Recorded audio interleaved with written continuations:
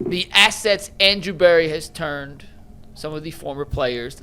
This is incomplete. You don't Yeah. know. You don't know what these picks gonna be like. So you really can't even really judge it until we talk about 2029.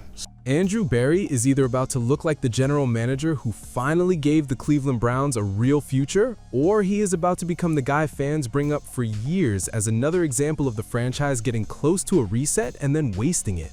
That is the tension around Cleveland right now. Because when you look at the recent trades on paper, the haul looks crazy. It looks like Berry took a few major assets, made some painful decisions, and turned them into a whole new young foundation. But paper does not win games. Draft picks do not become stars just because they look good on a graphic. And that is why this whole thing comes down to one question. Can Andrew Berry actually hit on the players? The Browns have traded away huge names and huge assets recently. Myles Garrett is gone. The number 2 pick, which became Travis Hunter, was moved. Greg Newsome was also part of the bigger reshuffling. Those are not small decisions. Those are franchise-shaping moves. You do not trade a Defensive Player of the Year level talent, pass on a player like Travis Hunter, and move a starting level corner without putting your entire evaluation process under a microscope. Berry has pushed a lot of chips into the middle, and now the return has to become real. When you put the return side on a board, it looks impressive. Jared Verse, Mason Graham, Casey Concepcion, Quinshon Judkins, Dylan Sampson, Tyson Campbell, a 2027 first-round pick, a 2028 second-round pick, a 2029 third-round pick. That is a lot of players and a lot of future ammunition. And if even most of those pieces hit, the Browns could suddenly look like a team that turned one ending into a new beginning. But if those players become average and the future picks do not lead to a quarterback or a real star, then this same board starts looking like a painful reminder of what Cleveland gave away. The assets Andrew Berry has turned some of the former players that the Browns had into. And whether or not it was a bigger return than you thought they would get, a smaller return, how you want to differentiate that. So when you put it on a graphic, you will see that Andrew Berry turned not a ton of players into a ton of players. That is why this debate is so interesting. You can look at the return and say Andrew Berry did his job from a value standpoint. He got bodies, picks, young talent, and future flexibility. But there's another part of the job that matters even more. What do you do with that value? Getting picks is one thing. Picking the right players is another. And for the Browns, that difference could decide whether this trade era becomes the start of a turnaround or just another chapter in the same old quarterback-searching, roster-resetting cycle. The Travis Hunter trade is probably the cleanest example. A lot of fans wanted Hunter. Some believed he was too talented to pass up. A two-way superstar coming out of college is the kind of player fans dream about. But Berry looked at the board and chose quantity, depth, and roster construction over one spectacular name. That kind of move can look brilliant if Mason Graham becomes a difference maker, Quinshon Judkins becomes a real offensive weapon, Casey Concepcion develops into a legitimate receiver, and Dylan Sampson gives the offense useful depth. But if Travis Hunter becomes a superstar and the Browns' haul is just solid, the argument changes. Right now, though, you can understand why some people are giving Berry credit. Mason Graham already looks like a serious piece. Quinshon Judkins has flashed the kind of ability that could matter in a Browns offense trying to rebuild its identity. Casey Concepcion still needs to prove what he is, but the talent is there. Dylan Sampson may not be a headline player, but depth matters, especially for a team trying to build a younger, cheaper core.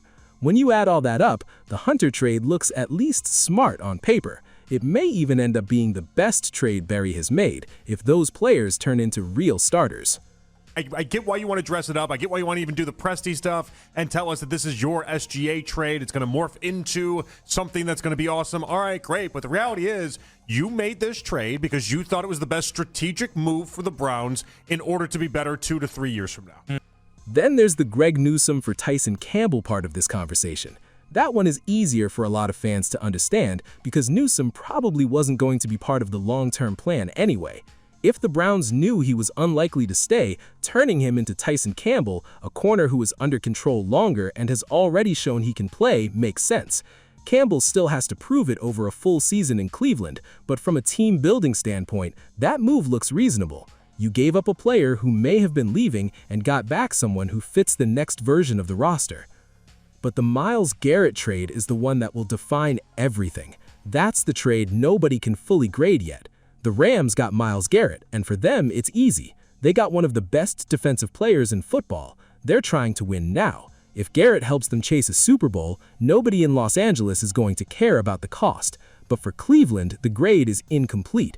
Shedeur Sanders is a strong piece. A 2027 first, a 2028 second, and a 2029 third is real value. But when you trade a player like Garrett, real value is not enough. It has to become franchise-changing value. Here's the part nobody's talking about. Andrew Berry didn't just trade players for picks. He traded certainty for possibility. Myles Garrett was certainty. You knew he was elite. You knew he could wreck games. You knew he was going to get pressure and sacks and force offensive coordinators to build a plan around him. Travis Hunter wasn't NFL certainty yet, but he was rare talent certainty. Greg Newsome was a known NFL corner. Berry moved those kinds of assets for a bigger pool of possibilities. That can be genius, but only if the possibilities become players. Let's say the standard math would suggest, because you mentioned the picks, you certainly get cost savings, and there's certainly very, very high potential, but there's also a low floor because the hit rate on draft picks is probably lower than maybe people externally would think. That is the risk. A first-round pick sounds great until it becomes the wrong player. A second-round pick sounds valuable until it becomes a backup. A young prospect sounds exciting until he becomes just another guy. Fans love the idea of draft capital because draft capital represents hope. But hope only matters if the scouting, coaching, and development line up. The Browns have had hope before. They have had picks before. They have had rebuilds before. The difference now has to be execution. That is why people keep saying this is incomplete. You cannot grade a 2029 third-round pick in 2026. You cannot grade the full Garrett return until you know what that 2027 first becomes. You cannot judge the Hunter trade until you see whether Travis Hunter becomes a star and whether the Browns package becomes a foundation. You cannot fully judge Campbell until he plays a full season. The value looks good today, but the real grade comes later. That is the uncomfortable part for fans who want a verdict right now.